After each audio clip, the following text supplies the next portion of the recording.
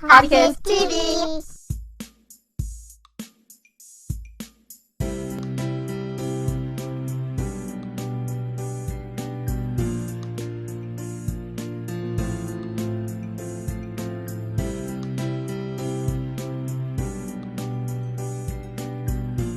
Hi, I'm Ranjana and I'm going to share with you why I like the Braidzilla bracelet braiding kit.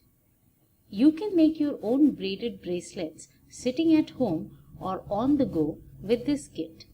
It comes with funky cording and the Braidzilla tool to make 12 bracelets in bright trendy colors.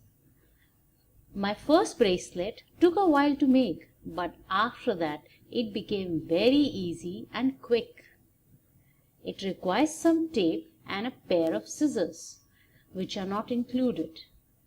When you run out of cord, you can get more at your local craft supply store so that you can keep using your Braidzilla tool. Trust you found this useful. See you later.